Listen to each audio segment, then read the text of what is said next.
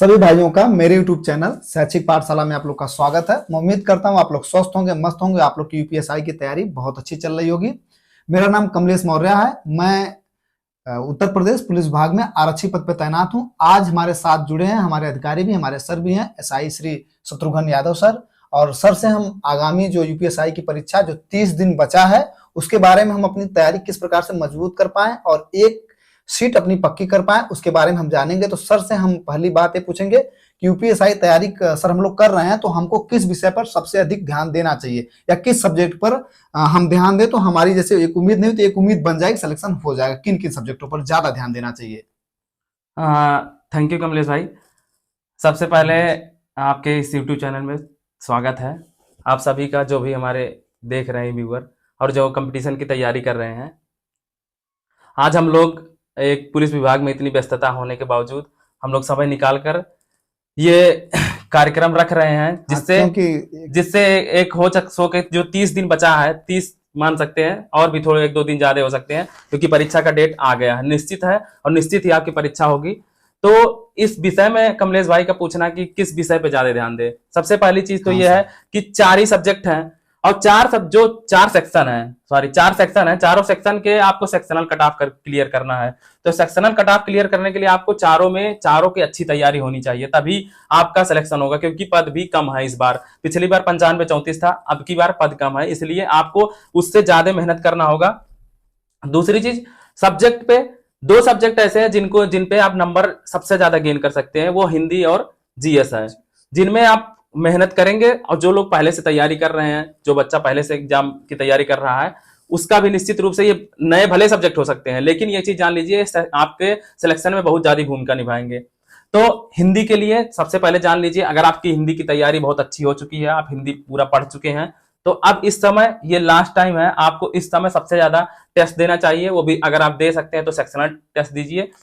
अगर आपके पास ऑफलाइन, चूंकि अब की बार ऑफलाइन पेपर होना है, तो आप ऑफलाइन ले आइए। 50-50 क्वेश्चन का सेट आता है, उसको लेके आइए, लगाइए, तो निश्चित रूप से आपका सिलेक्शन बहुत नजदीक पहुंच जाएंगे। Practice set. दूसरी चीज, प्रैक्टिस सेट करते समय क्या गलतियां नहीं करनी चाहिए, ये ज्यादा जानना जरूरी, क्योंकि अब एग्जाम बहुत नजदीक है। अब वो सारी चीजें आप जो एक होता थियरी पढ़ लो, किसी का नोट्स उठा के पढ़ लो, ये चीज अब नहीं हो सकता है। तो इस समय आपको ध्यान देना है कि जो आप प्रैक्टिस सेट लगा रहे हैं उस प्रैक्टिस सेट में करें, उसके बाद आप अपना स्कोर चेक करें। उसके बाद में अगला काम है कि उसका एनालिसिस भी उसी तरीके से करना चाहिए, क्योंकि जब आपकी एनालिसिस अच्छा रहेगा तभी आप वहां तक आप पहुंच पाएंगे। क्योंकि मैंने दिया है एग्जाम को और मैंने एग्जाम क्रैक किया, तो किस तरीके से आप पहुंच सकते हैं ये चीज जान लीजिए। मैं जब हिंदी का सेक्शनल कट ऑफ देता था, सेक्शनल टेस्ट देता था, तो सेक्शनल टेस्ट देने के बाद मैं उसको जितना समय देते थे उससे समझ लीजिए कि जैसे मान लीजिए 20 मिनट का सेक्शनल टेस्ट है, तो मान लीजिए मैं 40 मिनट उसमें लगाता था, पूरा एनालिसिस करता था और एनालिसिस लिखता था। मेरी एक मोटी बुक पूरी नोट्स तैयार हो गया था पूरे, मतलब सेक्शनल टेस्ट। सर जैसे क्या कभी कभी जब हम हिंदी का या पॉलिटी का टेस्ट देते रहते हैं तो उसमें माइन्यूट हमारे मतलब छोटे छोटे जगहों से गलती हो जाती है, मिस्टेक हो जाती है, हल्की सी गलती होती है, पूरा क्वेश्चन गलत हो जाता है। अब उसे जैसे साहित्य से बहुत गलत होता है, कौन सा कब क्या पूछा गया और सन में गलत होता है, इसको सर कैसे हम थोड़ा सा मतलब फ्लो में ला पाए, टेस्ट देते वक्त वो एक फ्रीक्वेंसी बन पाए जिससे हम सही कर पाए? यस कमलेश भाई, इस चीज के लिए देख लीजिए, जब आप टेस्ट देंगे और दूसरी चीज, जो आप नोट्स पढ़ चुके हैं, चाहे किसी कोचिंग इंस्टीट्यूट का पढ़े हो या कोई आप बुक पढ़े हो, जो स्टैंडर्ड बुक है उनको आप पढ़े हैं, तो उनमें से जो बहुत ज्यादा, पहली बात तो इस चीज का ध्यान देना आपको जरूरी है कि क्या पिछली बार वो आया था, आपने इतने समय में तो प्रीवियस ईयर सॉल्व भी कर लिया होगा, तो वो तो आपको आना ही आना चाहिए। जितना भी पिछली बार पूछा गया था साहित्य से रिलेटेड, वो तो आपको आना ही चाहिए। दूसरी चीज, आप जो टेस्ट दे रहे हैं, सेक्शनल टेस्ट दे रहे हैं, क्या आपने एनालिसिस किया और एनालिसिस में आपने लिखा कि नहीं लिखा? अब आप लिखेंगे, जब एनालिसिस करेंगे, बार बार उसको लिखेंगे, बार बार रिवाइज करेंगे, तो निश्चित रूप से आपका ये जो गलती हो रही है बार बार नहीं होगी। और दूसरी चीज, ये गलतियां आप सुधारेंगे नहीं तो ये जान लीजिए आप सिलेक्शन के नजदीक जब पहुंच के आप इतना मेहनत आप करके यहां तक पहुंच गए हैं तो आपका सिलेक्शन रुक जाएगा। तो इसलिए ये सारी गलतियां ना करें कि आप एनालिसिस करें, एनालिसिस लिख भी लें। एनालिसिस का मतलब ये नहीं, कई बार उसमें टेक्स्ट बुक में एक है ऑप्शन कि उसको सेव कर लें, बहुत लोग हैं मोबाइल से सेव करके देख लेते हैं, लेकिन सेव मत करिए। सेव तो करेंगे तो आपको ठीक है, बाद में आपको दिख जाएगा अलग ही। सेव करने का फायदा ये है कि वो आपको अलग क्वेश्चन दिखेगा, लेकिन ये चीज ध्यान दीजिए, आप उस चीज को अगर लिख लेंगे तो निश्चित रूप से, एक बहुत मैंने बहुत पहले सुना था, एक चीज मैं तैयारी कर रहा था, मैंने सुना था कि हम्म। मतलब एक बार का लिखा हुआ समझ लीजिए 10 बार के पढ़े हुए लिखे बड़े के बड़े, बराबर हाँ है। सर ये तो है। तो सर इस एक इसमें एक बात कहेंगे कि जैसे हिंदी जीएस के लिए आप बताएं कि हम नंबर कैसे दिखलाएं, क्लियरिटी क्लियर चीजें सही रहेंगी तभी नंबर आ पाएगा। इसमें सर मूल विधि जो है कि पॉलिटिक्स साथ साथ मूल विधि भी कहीं न कहीं 6 से 7 क्वेश्चन का योगदान निभाती है। तो मूल विधि के लिए सर हम क्या मतलब कुछ आप सुनिए, मूल विधि की तैयारी मैंने कैसे किया था। पहले नंबर तो मूल विधि की तैयारी के लिए जो आपके पहले पढ़ चुके हैं उसमें मूल विधि तो ठीक है, मूल विधि एक हुँ, नया है। लेकिन जो लड़के पहले से तैयारी कर रहे हैं, जो किसी दूसरे एग्जाम की भी तैयारी करते हैं, उन लोग का जीएस में जैसे हिस्ट्री, पॉलिटी, इकोनॉमिक्स और ज्योग्राफी, ये सब चीजें वो लोग पढ़े रहते हैं पहले से। तो वो तो आपको पढ़ना ही पढ़ना है, लेकिन संविधान को थोड़ा इस यूपीएसआई को उस एग्जाम के लेवल से नहीं समझना है। आपको हुँ, यूपीएसआई में हुँ। आपको अच्छी समझ होनी चाहिए संविधान की, कि क्या आर्टिकल है, उसके आर्टिकल पे बेस क्या बन सकते हैं, और कौन कौन से इस पे निर्णय आ चुके हैं जो सुप्रीम कोर्ट डिसीजन देता है। उन सारी चीजों को, एक आपके पास सुप्रीम कोर्ट के जो डिसीजन होते हैं उनकी एक लिस्ट होनी चाहिए, जो पिछले बार पूछा जा चुका है, पहले एग्जाम में पूछा जा चुका है। वो चीज तो आपके लिस्ट आपके टेबल पे होनी चाहिए। वो आपको एकदम उसके बारे में हर एक तथ्य पता होना चाहिए कि क्या था, किसके सर किसके बीच था, कब इसमें डिसीजन आया। ये सारी चीजें पता होनी यानी चाहिए। वाद जितने हो गए। हाँ, जो जी, सुप्रीम जी। कोर्ट ने हुँ, जितने डिसीजन दिए हैं। दूसरी चीज, मूल विधि में एक चीज और ध्यान देना जरूरी है। जी। मूल विधि इस बार आप भी जानते हैं बीएनएस में जो एक सेक्शन होता है उसके सब सेक्शन है, और सब सेक्शन के भी सेक्शन हाँ। है। तो इसलिए मूल विधि को आप, ये चीज नहीं है कि सॉरी, बीएनएस को आप इस तरह से ना पढ़ें। आप बीएनएस और आईपीसी के बीच में जो, जब इसमें बदलाव हुआ, इसमें क्या क्या चेंजेस आए, कौन सी धाराएं जुड़ी, कौन सी धाराएं हटाई गई, और किसमें कितना सजा परिवर्तन हुआ, ये सारी चीजें पूछी जाने वाली हैं। आप नोट करके रख लीजिए, क्योंकि जी। जो ट्रांजिशन टाइम होता है वही सबसे ज्यादा प्रश्न पूछा जाएगा। आपसे कोई डीप प्रश्न नहीं पूछेगा कि जी, इस जी, जी। सेक्शन में, इस सब सेक्शन में क्या है, ऐसा नहीं पूछेगा। आपको यही पूछेगा कि ये धारा हटाएगी तो इसमें सजा कितनी बढ़ गई, और सजा बढ़ी तो किस तरह की सजा, सजा में भी इंट्रोडक्शन, सजा का भी इंट्रोडक्शन हो गया है, और कितनी प्रकार की सजाएं हुई हैं। तो वो सारी चीजें आपको जानना जरूरी है। और मूल विधि में संविधान संविधान के लिए आप थोड़ा सा, आपको उसको ये नहीं थ्योरेटिकली ऐसे पढ़ लीजिए कि जो आपने पढ़ा सेक्शन पढ़ लिया, जो अनुच्छेद अनुच्छेद को पढ़ लिया, अनुच्छेद के अंदर क्या है और वो कहाँ तक इम्पैक्ट उसका है, ये चीज आपको जानना जरूरी है। तो आपका संविधान अच्छे से तैयार हो जाएगा। सर मैथ और रीजनिंग के लिए हम क्या करें? जैसे मैथ में कभी-कभी ऐसे बहुत से छात्र हैं कि मैथ वीक थोड़ी पड़ जाती है।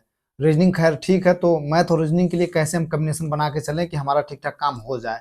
मैथ और रीजनिंग से मिला कर के एक पैरेलल क्वेश्चन हो जाए जिससे हम अच्छा हमारे नंबर बन पाए, जिससे अच्छे स्कोर हम गेन कर पाएँ।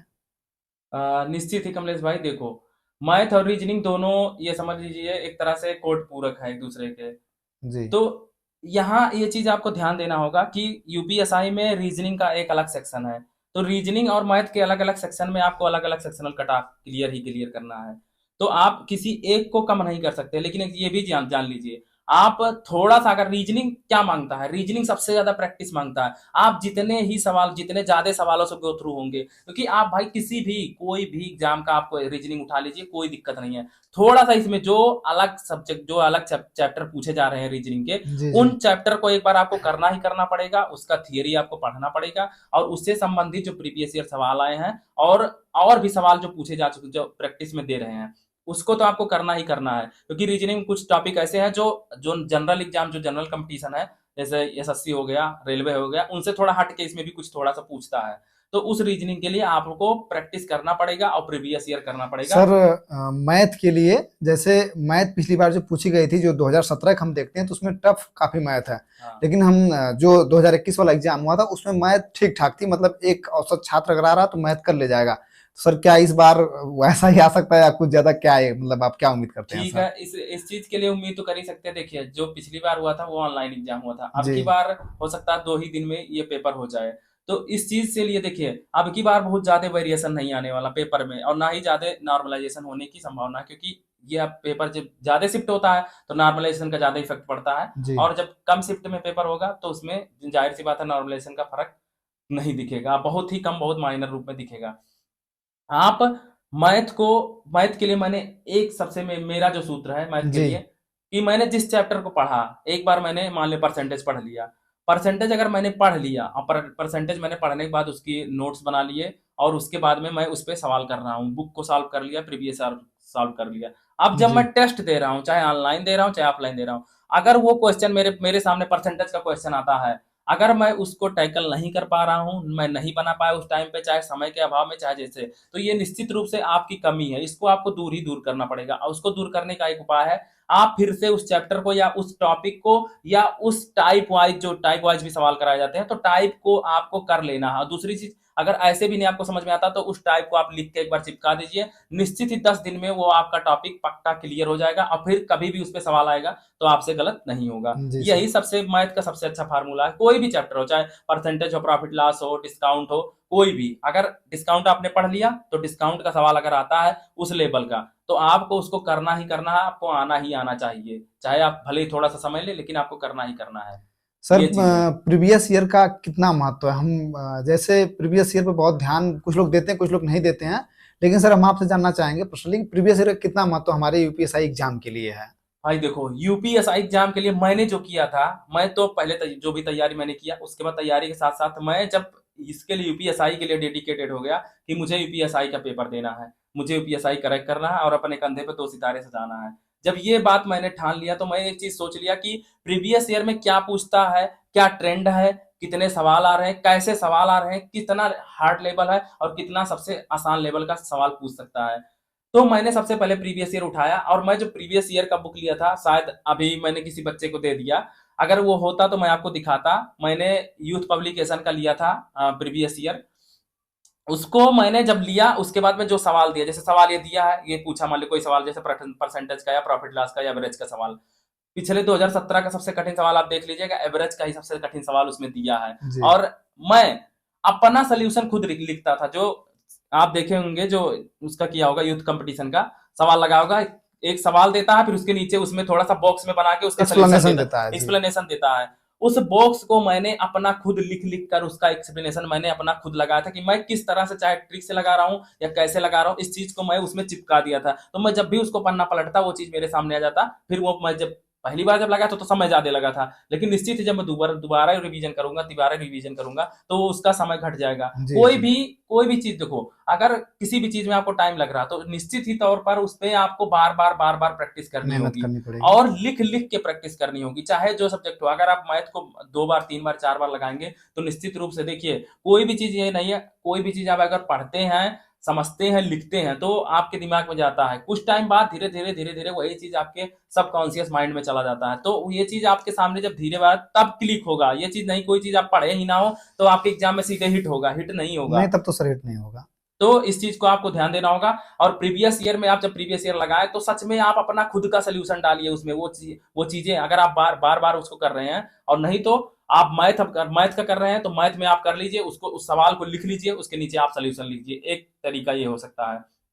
बाकी अगर आप प्रीवियस ईयर से टच हैं तो सच में आप मतलब सिलेक्शन के बहुत नजदीक हैं। आपको प्रीवियस ईयर के सारे 2021 के जितने भी सेट हैं और 54 2017 सेट के है सर। 2017 के जितने सेट हैं आपको करना ही करना। ये 2 एग्जाम ऐसे हैं जो अभी रिसेंट के हैं और सबसे अच्छे, मतलब जो अच्छे सवाल हो सकते हैं वो अच्छे सवाल पूछे गए हैं, तो ठीक है आपको सर। हिट करना ही करना है और प्रीवियस ईयर से एकदम स्टिक रहना है। सर एक सर लास्ट क्वेश्चन, एक क्वेश्चन इस बार और पूछेंगे। लास्ट क्या है, हाँ। जो छात्र बार बार अदर एग्जाम भी दे रहे हैं अलग अलग, कुछ नंबर से वो रह जाते हैं, छूट जाते हैं, उनके लिए सर कुछ संदेश हम चाहते हैं आप दें, जैसे कहीं न कहीं उनका भी कहीं न कहीं नौकरी पाएं या सफल होखें कुछ नंबर से। जैसे मेरा भाई ये भी था तो कुछ नंबर से रह गया था, तो मुझे बड़ा नंबर्स का टाइपिंग में फेल हो गया तो अलग मैटर है।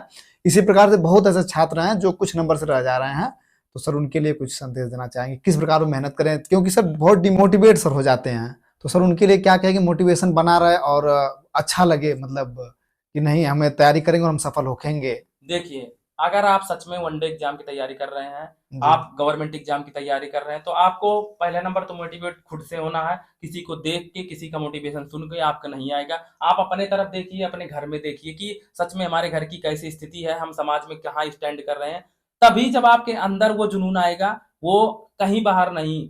कोई भी चीज जो आपको खोज रहे हैं वो चीज बाहर नहीं है। आपको इसके लिए ध्यान देना होगा कि हम हमारे समाज में क्या हो रहा है, मेरे घर की क्या स्थिति है, मैं अपने घर की स्थिति कब सुधार कर सकता हूं। जब आप एक गवर्नमेंट एग्जाम की तैयारी के लिए आप कूद गए हैं, आप कोई भी जी गवर्नमेंट एग्जाम सर। की तैयारी कर रहे हैं, तो निश्चित तौर पर आपको इस चीज ध्यान ध्यान देना होगा कि बार बार आप असफल हो रहे हैं, तो इसके पीछे आपको अपना एनालिसिस करना होगा। किसी ये चीज नहीं है कि आप होता नहीं, एक टाइप से आपका एक्सरे करना पड़ेगा, अपने पूरे तैयारी का, अपनी स्ट्रेटजी का एक एक्सरे बनाना पड़ेगा, एक ब्लूप्रिंट तैयार करना पड़ेगा।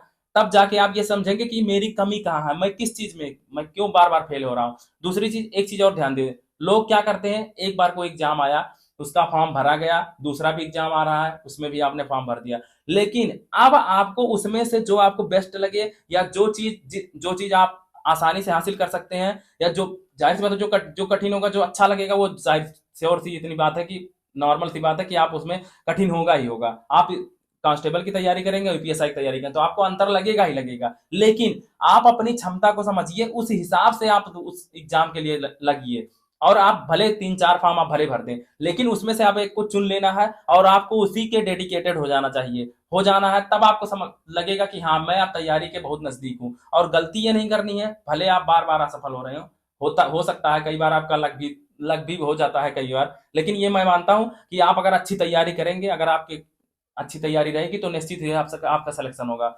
और इसके लिए आप ये चीज ध्यान देना कि कभी भी इस चीज से ना मन मोड़ना या तैयारी मत छोड़ना कि मैं बार बार असफल हो रहा हूँ। आप तैयारी करते रहेंगे, अच्छे करेंगे, आप अपने अपने बारे में रिसर्च करेंगे, आप अपनी गलती लिखेंगे, तो निश्चित रूप से आप सिलेक्ट होंगे। सर, यूपीएसआई तैयारी में सबसे बड़ी गलती जो छात्र बार बार करते हैं, या जिससे उनका नुकसान हो रहा है, जैसे कभी कभी हमको ऐसा लगता है कि करंट अफेयर हम लोग बहुत ज्यादा फोकस करते हैं, इसके बारे में सर कुछ कहेंगे?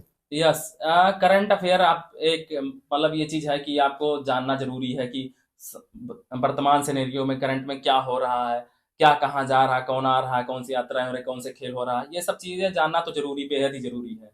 लेकिन आप करंट के पीछे, चूंकि आप यूपीएसआई को फोकस कर रहे हैं, यूपीएसआई में आप भी जानते हैं 2 से 3 क्वेश्चन आता है करंट अफेयर का, तो इसके पीछे इस वजह से ना लगना कि मतलब आप घंटों घंटों करंट अफेयर में बिता रहे हैं, तो ये चीज नहीं सही है। मैं इसके लिए आपको एक सोल्यूशन देता हूं, आप स्पीडी का स्पीडी का बुक खरीद लीजिए, उसके जो शुरुआत के 20 से 30 पन्ने होते हैं, वही आपको तैयार करने हैं, वो आप पढ़ लीजिए। मैं निश्चित रूप से कहता हूं कि यूपीएसआई में जो भी आएगा करंट अफेयर, वो आप कर पाएंगे। ये नहीं कि अब 4-5 आए तो चारों पांचों आप कर, लेकिन 2 से 3 आप कर ले जाएंगे, क्योंकि जो जितने फेमस है उसमें बॉक्स वाइज, और उसके बाद में उसका वन लाइनर में, या फिर उसका कुछ थोड़ा सा एक्सप्लेनेशन देके, या उस पूरे टॉपिक के बारे में, जैसे उसमें इंडेक्स दे दिया तो इंडेक्स के बारे में पूरा दे दिया, इंडेक्स कि यहाँ कौन कौन इंडेक्स है, कि उसमें भारत की रैंकिंग क्या है, या लास्ट फर्स्ट क्या है, वो सारी चीजें उसमें इंक्लूड कर। तो 20 से 30 पन्ने आपको पढ़ने हैं, वो भी मंथली आता है, पूरे एक साल का, एक बुक में पूरे साल को कवर करता है। अगर आप दिसंबर में ले रहे हैं तो पिछले दिसंबर से दिसंबर तक रहेगा, अगर आप फरवरी में ले रहे हैं तो उस फरवरी से इस फरवरी तक, मतलब फरवरी 2025 से फरवरी 2026 तक रहेगा उसमें। तो मैंने किया था, यही मैंने किया था कि मैंने स्पीडी का बुक खरीदा,